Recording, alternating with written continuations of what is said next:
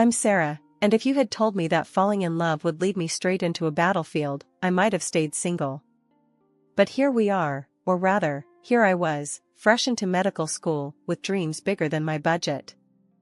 I had been studying at the college for a couple of years, living off ramen and coffee, and picking up night shifts at the local hospital to keep the lights on. Then, at a typical blowout student party, filled with too loud music and cheap beer, I met Tom. Tom was something else, polite, a bit too clean-cut for these parties, and always with a clever comment.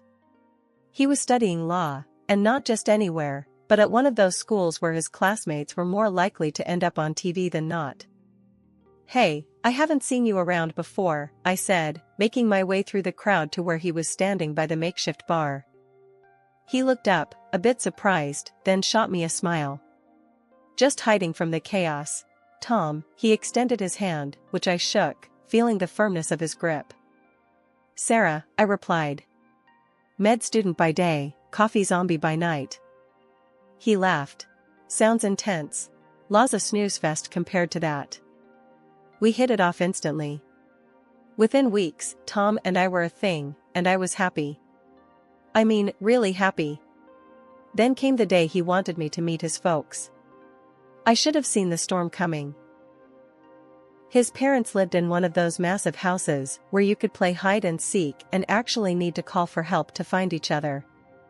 I remember standing at their door, decked out in the nicest dress I owned, which suddenly felt too plain.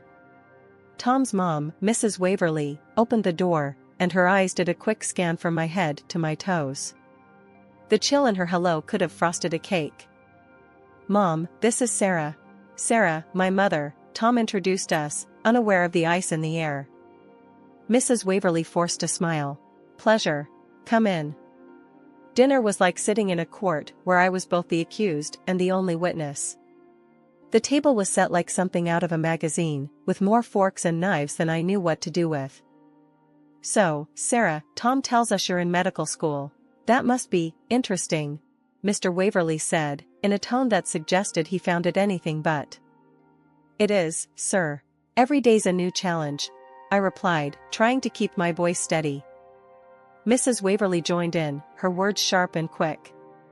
"And you work as well? A nurse, was it?" "Yes, at the city hospital. It's a good experience," I said, feeling my face heat up. She smirked. "Oh, a nurse. Well, we always need someone to clean up, don't we?"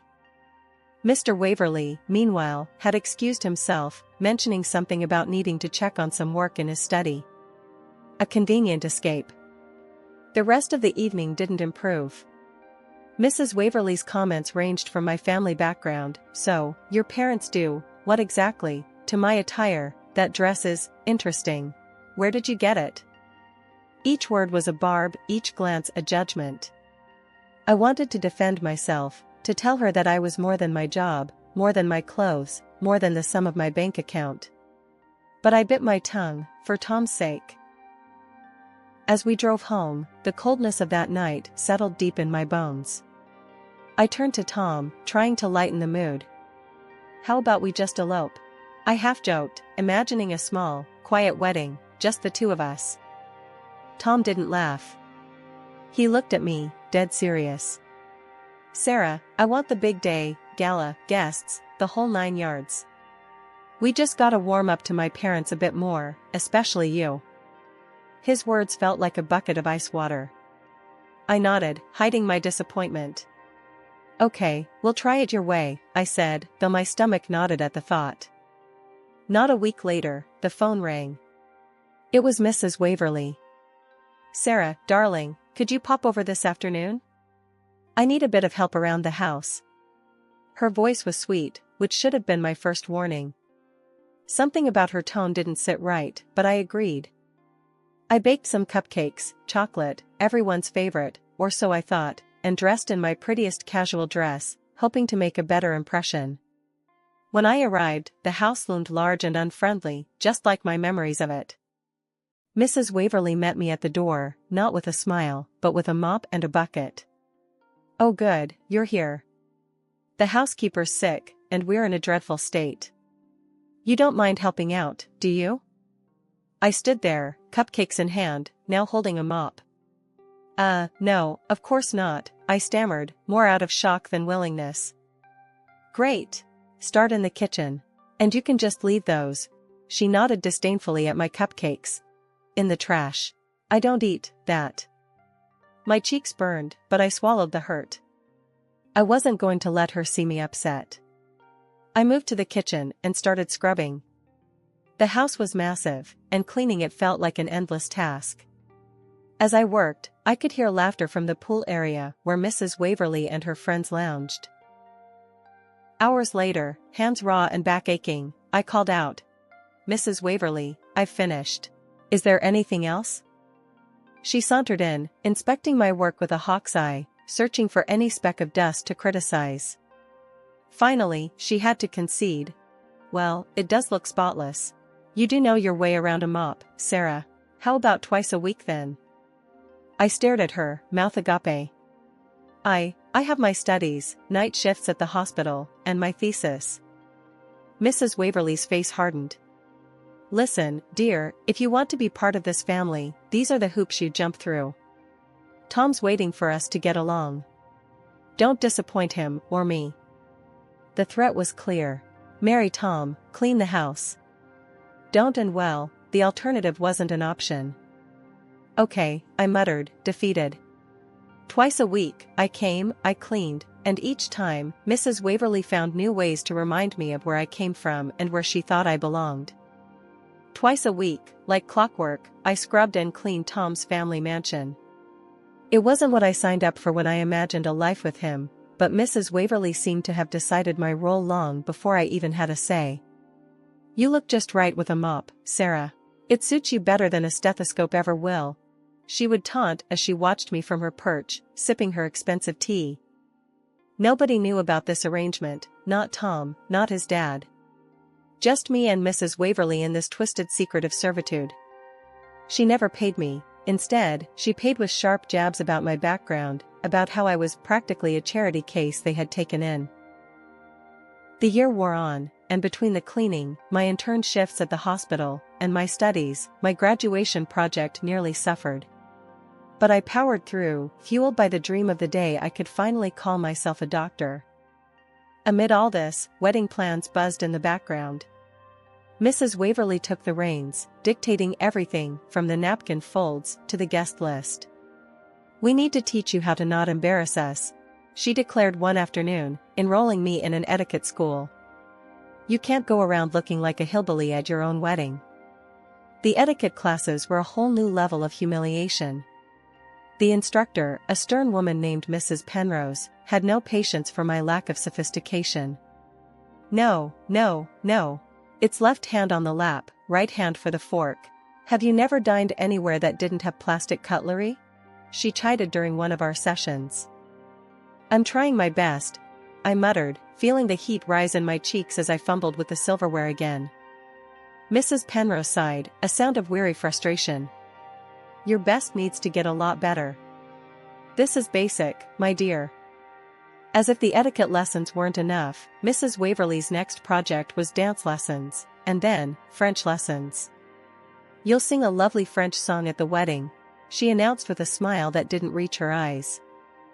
I can't even sing in English, Mrs. Waverly.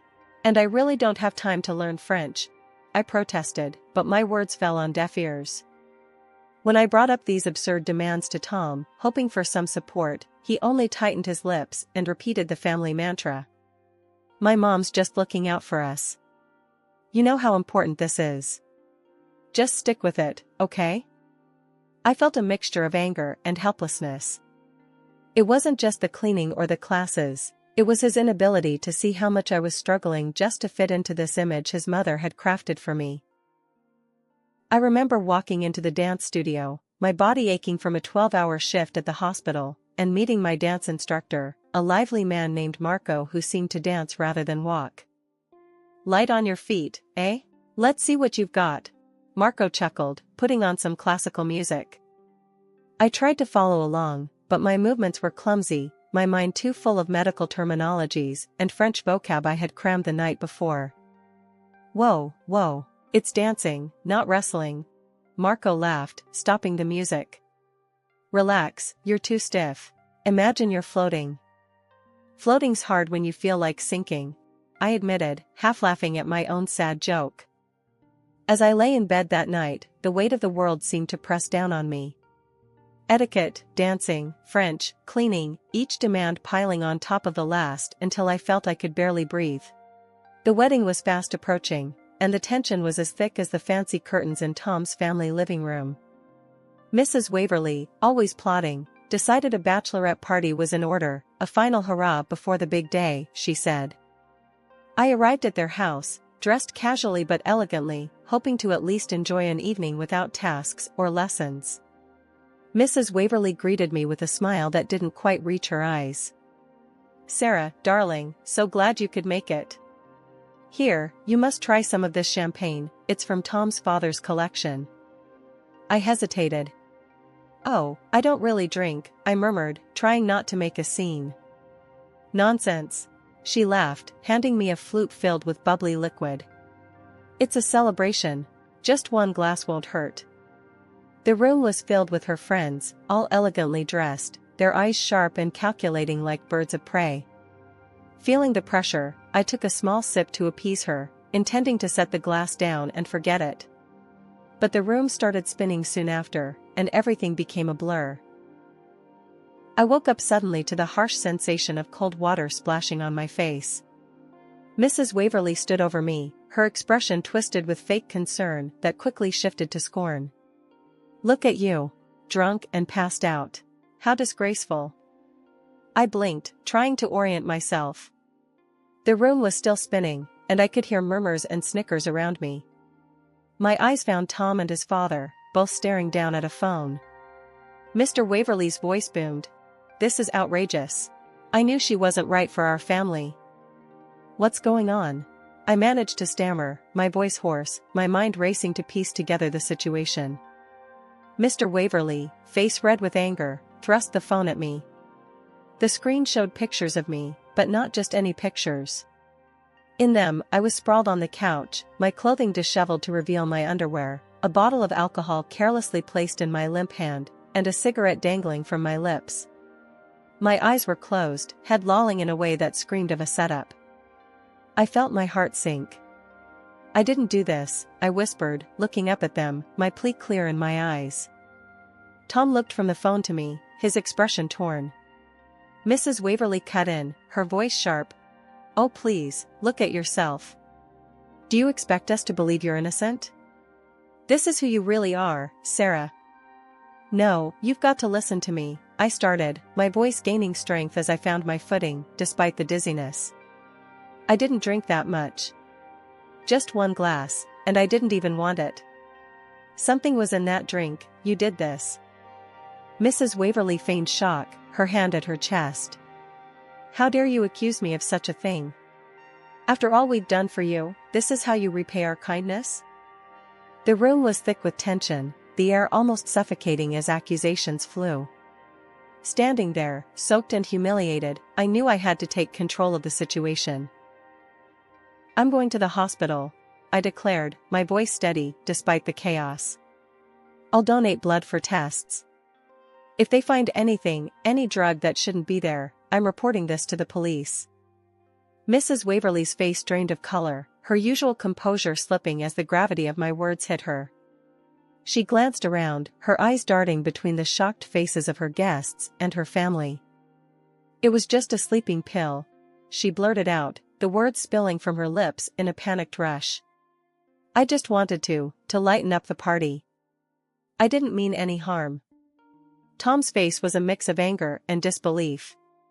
Mom, how could you? He turned to me, his eyes softening. Sarah, I'm so sorry. Please, let's not involve the police. Think about the family's reputation. I looked at him, really looked at him, seeing the desperation in his eyes. It was always about the family's reputation, wasn't it? Never about what was right. I won't go to the police, I said slowly, but on one condition. What is it? Tom asked, relief flickering in his eyes. I'm not your family's cleaner. Not anymore. And I'm certainly not working for free. The silence that followed was heavy. Tom and Mr. Waverley exchanged looks of shock, clearly unaware of what I had been put through. Mrs. Waverley attempted to smile, her usual charm seeping through her facade. Let's not dwell on past misunderstandings. We were all preparing for the wedding, after all. I cut her off, my patience wearing thin. It's not a misunderstanding. For the past year, your wife has had me cleaning your house under the pretense that it was just helping out. I was never paid, and all the while, she pocketed the money meant for the cleaner.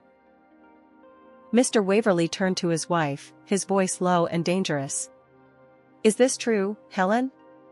She hesitated, then nodded, her eyes avoiding mine. I thought it would be a good test of her character, she muttered. Test of her character? I echoed, incredulous. Is that what you call exploitation? Mr. Waverley's face was a mask of anger and embarrassment. He looked from his wife to me, the pieces falling into place. Sarah, I owe you an apology. I had no idea. Tom took my hand, his touch gentle. The wedding is still on if you want it. I'm sorry for all of this. Really sorry. I nodded, accepting his apology but feeling the weight of his mother's gaze on me. As the room began to clear, Mrs. Waverley leaned in, her whisper harsh against my ear. I'll find a way to separate you two. This isn't over. On the day of my wedding, draped in a gown that made me feel like a princess out of a fairy tale, I was floating on air. Yet, every so often, Mrs. Waverley's thinly veiled threats echoed in my mind, casting long shadows over my joy. As we stood at the altar, Mrs. Waverley approached, her steps measured, her smile too sweet. Sarah, dear, it's time for your surprise. Remember? You promised to delight us with a little French song. Her voice was light, but her eyes glittered with mischief. I froze, the words hitting me like ice water. I'm not ready to sing, especially not in French, I whispered, turning towards Tom with a desperate look. Tom, caught in the middle of his mother's schemes and his own desire to keep the peace, seemed conflicted. He gave me a tight smile.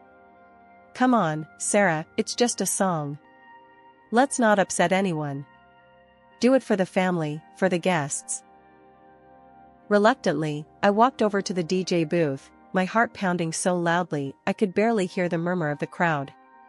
The DJ, a young guy with sympathetic eyes, leaned in as I approached. Your mother-in-law insisted on non-Jene regret rain. Tough song, even for the pros. My stomach nodded. She had set me up to fail, to humiliate me in front of everyone we cared about. But I wasn't going to let her have this victory. Not today. I had something else in mind, something she wouldn't see coming. As I took a deep breath, trying to steady my nerves, Mrs. Waverley clapped her hands, drawing the attention of the room. Ladies and gentlemen, please, let's give Sarah our full attention. She's been practicing so hard. Her voice was saccharine sweet, laced with venom. Remember, no laughing too loudly. The crowd turned to me, expectant faces all around.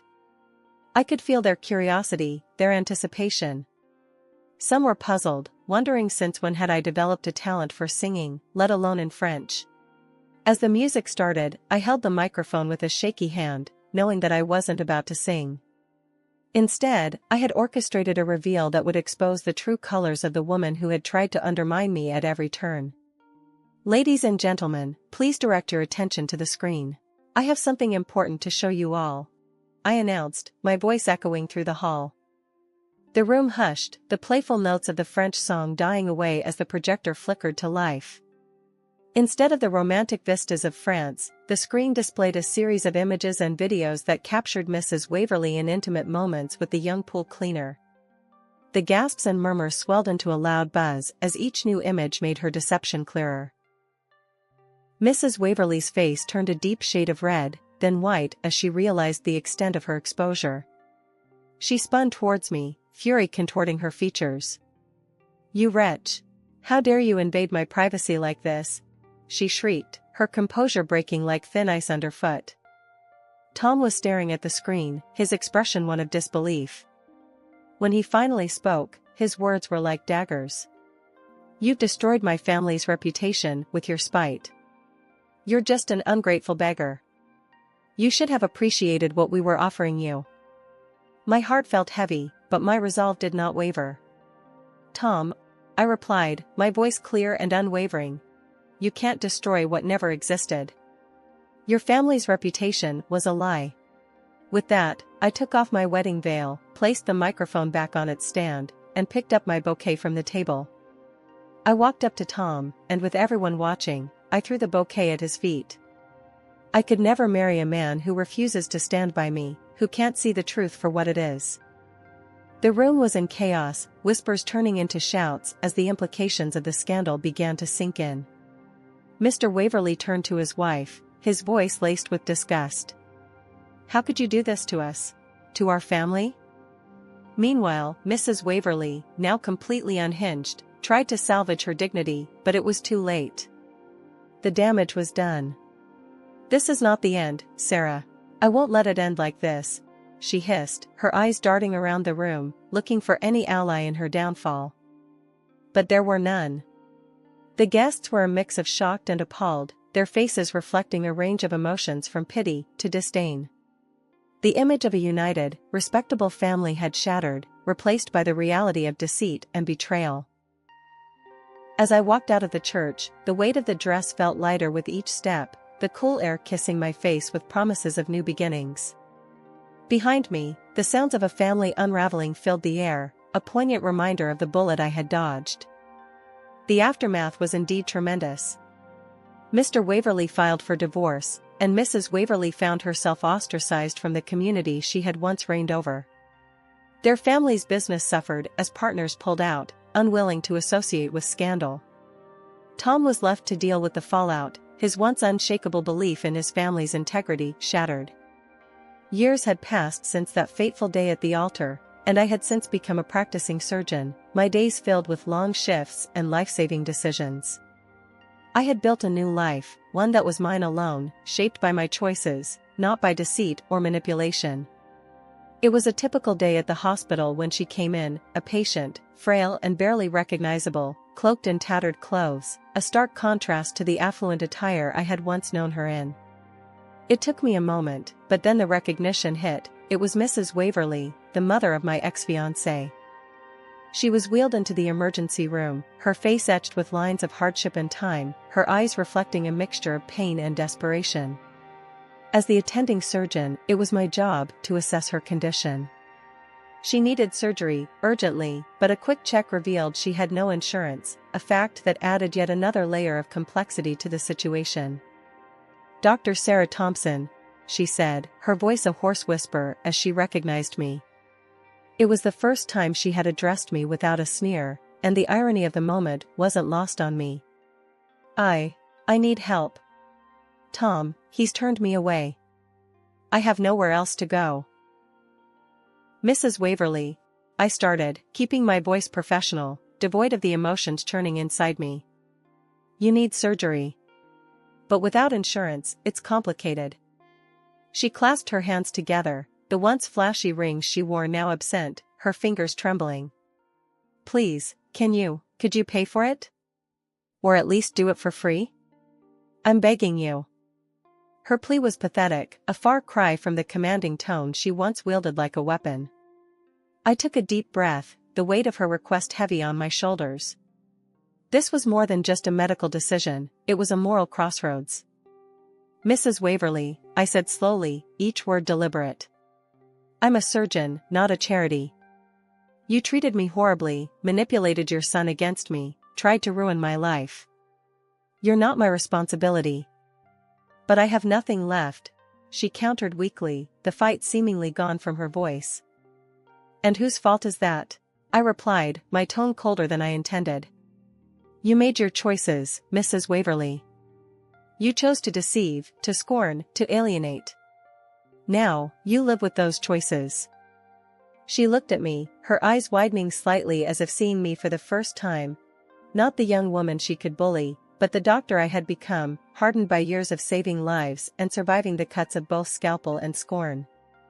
I will ensure you get the minimal care required by law, I continued, turning away to hide the conflict inside me. But I won't pay for your surgery. I won't bend the rules for you.